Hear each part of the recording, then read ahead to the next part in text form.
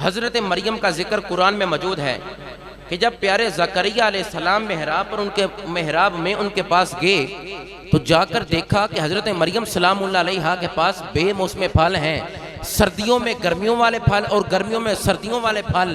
कहा ये कहाँ से आए हैं? फरमाया हाज़ा मिन फ़ज़्लि रब्बी, हाज़ा मिन फ़ज़्लि रब्बी, ये कुरान है, कुरान कि ये मेरे खुदा ने मुझे अता फरमाए हैं। मैंने कहा अगर हज़रत मरियम सलामुल्लाह अलैहा के पास बेमौसम फल खुदा भेज सकता है तो वो वली का तसर्रुफ भी करवा सकता है। दूसरी निशानी प्यारे सुलेमान अलैहिस्सलाम का जिक्र कुरान में है कि उनका कब्जा हवाओं पर भी था, जिन्नात पर भी था। ये कुरान का वाकया है। अब प्यारे सुलेमान अलैहिस्सलाम के उम्मत के वली की बात कर दूं तो आसिम बिन बरखिया कुरान में जिक्र है, फरमाया मुझे तख्त चाहिए, कुरान से दलील दे रहा हूँ, करामत का सबूत कुरान में है। फरमाया वली उठा आसिम बिन बरखिया, कहने लगा मैं आंख झपकने से पहले जब लेकर आया तो ये तो नहीं कहा कि ये मेरी ताकत है। फरमाया हाज़ा मिन फ़ज़्लि रब्बी, ये है कुरान, कुरान से दलील दे रहा हूँ, करामत का सबूत। अब सुनो, हजरत ईसा अलैहिस्सलाम का वाकया भी कुरान में मौजूद है कि जो मुर्दों को जिंदा करते थे, बीमारों को शिफा देते थे और मट्टी से परिंदे बनाकर उनको उड़ा देते थे। ये कुरान से करामत का सबूत है यारो। अब सुनो, हजरत मूसा कलीमुल्लाह अलैहिस्सलाम आपकी करामत का सबूत भी कुरान में है। कैसे?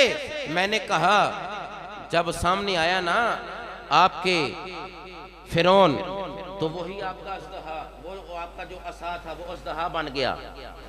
मूसा अलैहिस्सलाम के हाथ में था वो असा, आपने इशारा किया अज़दहा बन गया। ये करामत का सबूत है कुरान से।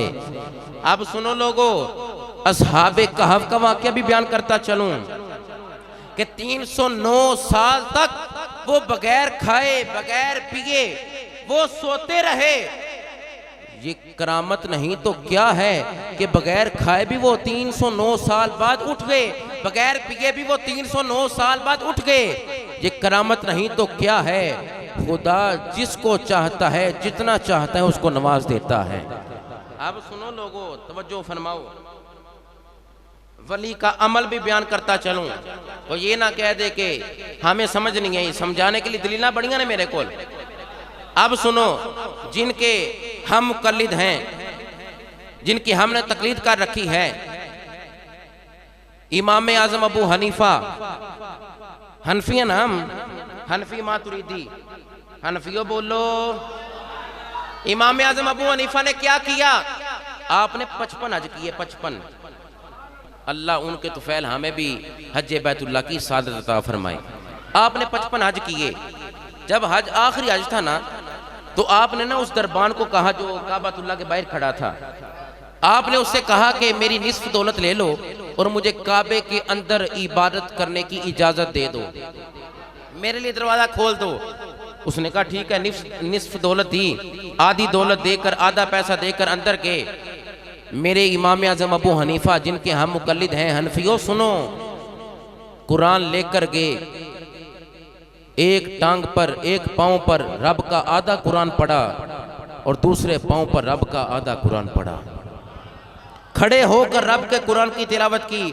मेरे इमाम आजम अबू हनीफा ने जब कुरान की तिलावत इस अंदाज से की कि एक पांव पर खड़े होकर आधा कुरान पढ़ा, दूसरे पर खड़े होकर आधा कुरान पढ़ा, सारा कुरान मुकम्मल करके अल्लाह की बारगाह में दुआ करते हैं कि या अल्लाह ये अबू हनीफा तेरी बारगाह में तेरी शयाने शान तो अमल नहीं ला सका, इसका ये नाकिस अमल कबूल करके इसको जन्नत का हकदार बना दे। आवाज क्या आई? ए अबू हनीफा सुन ले, मैंने तुझे भी बख्शा और क़यामत तक जो तेरे नजरिए पर होगा, जो तेरे नजरिए पर होगा, जो तेरे मजहब पर होगा, क़यामत तक जो जो भी तेरे मजहब पर होगा मैंने सब की बख्शिश फरमा दी है।